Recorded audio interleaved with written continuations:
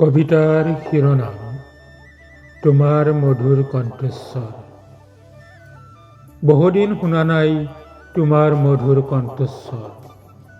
তোমাৰ মায়াবী কণ্ঠস্বৰ মোক বৰ আমনি কৰে। ৰাতিপুৱাৰ বিহংগৰ কণ্ঠস্বৰত বাজি উঠে তোমাৰ কণ্ঠস্বৰ। নিৰাশাৰ পৃথিৱীত বাজি উঠিব যেন তোমাৰ কণ্ঠস্বৰ। পুনৰ প্ৰাণ পাই উঠিব তোমাৰ কণ্ঠস্বৰত মোৰ প্ৰাণ। বহু প্ৰতীক্ষাত থাকো টেলিফোনত বাজি উঠিব তোমাৰ কণ্ঠস্বৰ। হাঁহিৰে ভৰি পৰিব মোৰ হৃদয় নতুন প্ৰাণ। সমুদ্ৰৰ ঢৌৰ মাজত শুনো তোমাৰ কণ্ঠস্বৰ মোক সংগ্ৰামীৰ আদি পাঠ শিকায়।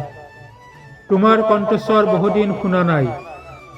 উত্তপ্ত মৰুভূমি যেতিয়া পাৰ হ'ব খোজো তোমাৰ প্ৰেৰণাৰ কণ্ঠস্বৰ কিয় নুশুনো। সমুদ্ৰৰ বহুত সাঁতুৰিব সময়ত যেন তোমাৰ ৰঙা সুৰৰ কণ্ঠস্বৰ শুনো বৰ সাহসী হৈ পৰোঁ। তোমাৰ কণ্ঠস্বৰ মোৰ কবিতাত, তোমাৰ কণ্ঠস্বৰ মোৰ সংগীতত, তোমাৰ কণ্ঠস্বৰ বতাহৰ কাণে কাণে, তোমাৰ কণ্ঠস্বৰ ৰদালিৰ কোমল পোহৰত, তোমাৰ কণ্ঠস্বৰ মোৰ হিয়াৰ নৈ নিজৰাত আবাহ সংগীত হৈ বাজে।